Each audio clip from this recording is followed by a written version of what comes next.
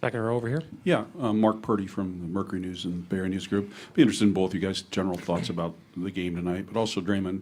I'm interested in your thoughts of how you've been able to restrain yourself emotionally, and avoid getting. You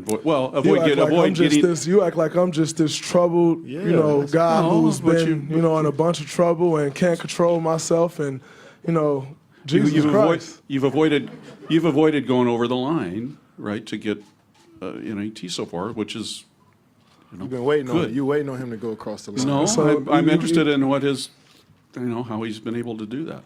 I've just been playing basketball, brother. When you got great teammates, like I do, who, allow me to play with my emotions and, allow me to be emotional when I'm talking to them and use my emotions to the better for us. It's easy, So, just really trying to lead this team as much as I can in the ways that I do for this team. Worrying about the officials and all that. I think at the end of the day, I think everyone talks to officials. I talk to them. But, going over the edge isn't going to win me a championship. I think I'm a pretty smart guy, and I learned my lesson. So I went over the edge before. Fool me once, you can't fool me twice. Janie, next question here. Kevin, Janie McCauley from AP. What was your take on that play Steph made where he dribbled around LeBron, goes left through the paint, beats him to the rim? And also, how much did Clay's shooting really open things up for you guys all today? Well, that was a good play by Steph, just driving to the rim, just trying to be aggressive. We love when he's aggressive.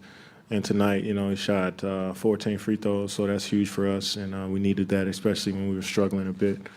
Turn the ball over, not getting shots up. He was great. And, he controlled the game from the point guard position really, really well tonight. And as far as Clay, no matter if he's making them or not, he's still drawing a lot of attention because he can shoot so well.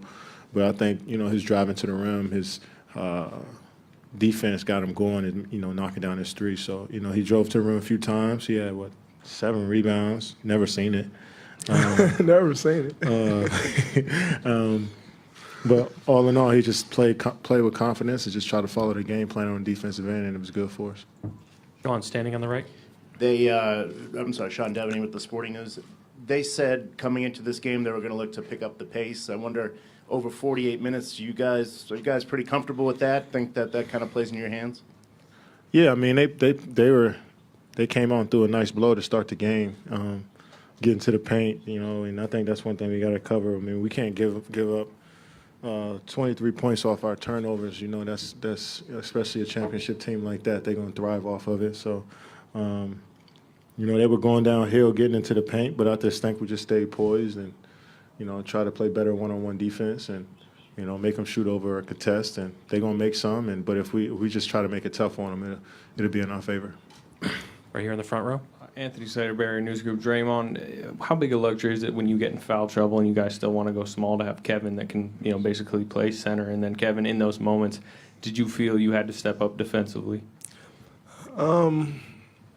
It's great. I don't think there's many teams in the league who their backup is better than their starter, So I think that's a luxury that we have, and with KD here. And, when I went out with foul trouble, obviously to say pick up the slack is kind of a ridiculous term because he's, a great player and MVP, one of the best players in the world. So, just the way he played on the defensive end, the way he played on the offensive end, he's been, been doing it all playoff long. But, in these finals, he's really picked it up, and it's been huge for us. So with me going out, it wasn't like we were going to skip a beat, with him right there taking over my minutes. Front row on your right, guys. I'd like to ask both of you, I know you have not won the championship yet. You're still 2 games away, and it's a long ways for those 2 games. At the same time, this streak is quite remarkable. It's something that's never been done before. Is there a common thread in these 14 games that has allowed this team to remain undefeated so far? And if you can take a step back, are you impressed with this? I'm not going to take a step back. Okay. But can you talk about, is there a common thread that can describe why this team is playing so well in these 14 games? Like I said, we're worried about this series right now. We're just trying to just stay in the moment. But for the most part, we just try to play hard and try to play smart every possession down. Can we do that? You know, we could play hard every possession, but can we play smart? That's the question sometimes. And so we're just trying to stay with it. We know this is far from over. We know how hard it is to, you know, be the best team in the league. So we got to just keep going, man. Keep our foot on the gas and keep getting better every day. Kevin, I Anthony? just want to ask you about your defensive night. I think 5 blocks, 3 steals. Just what you see, and was it because you were playing, you know, small ball center that kind of presented those opportunities?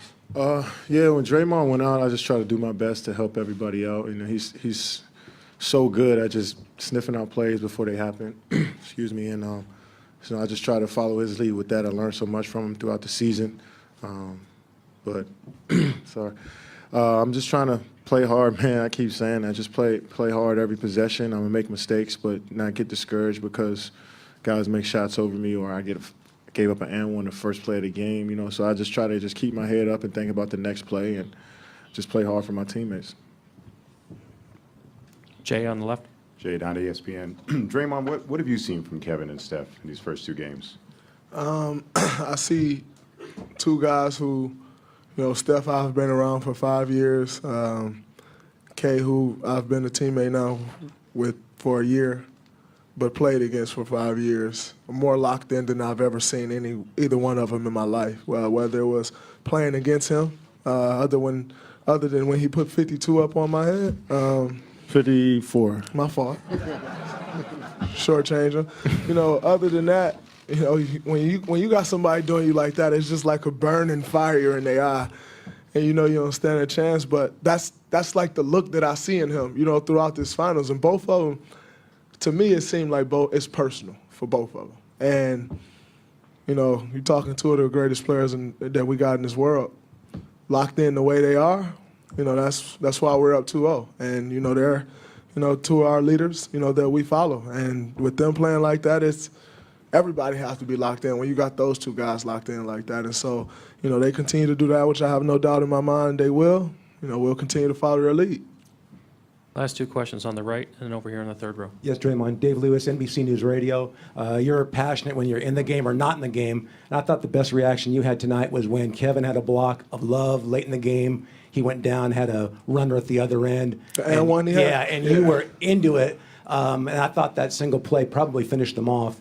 Could you talk about what one play can do in terms of lighting up the crowd and lighting up your fans and your team?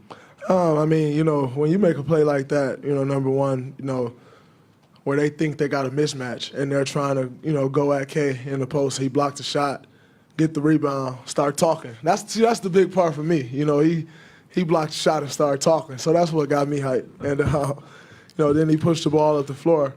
And you can see right there in him, he's not passing that ball. He's going to get a bucket. And to go, you know, he took some contact and still finished the play. You know, those are the plays that, you know, kind of put you over the top, the plays that, you know, just bring life into a team. And, you know, that's the luxury that you have with K, you know, where he get a block, he get the rebound, he don't have to get a ball to nobody, he can go get a bucket. I mean, that was a huge play for us, you know, and like you said, I think that's where we kind of closed the game out with that play right there.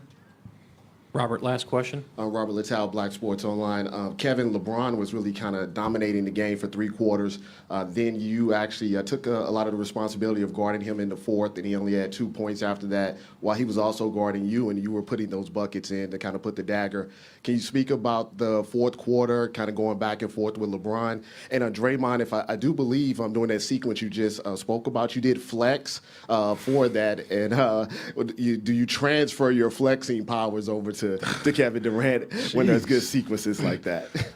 First off, Andre Iguodala was guarding him for the most part in the second half, and you know Draymond was out, so I had to play 4 and guard a big. So Andre did a solid job of just trying to make it tough on him. So, and we just tried to help him out as well. And offensively, I just try to play within the offense and move and be aggressive when the ball is in my hands. And so there you go with that part. That was a man play. I don't really know if I could put this power in these arms. Oh, my gosh.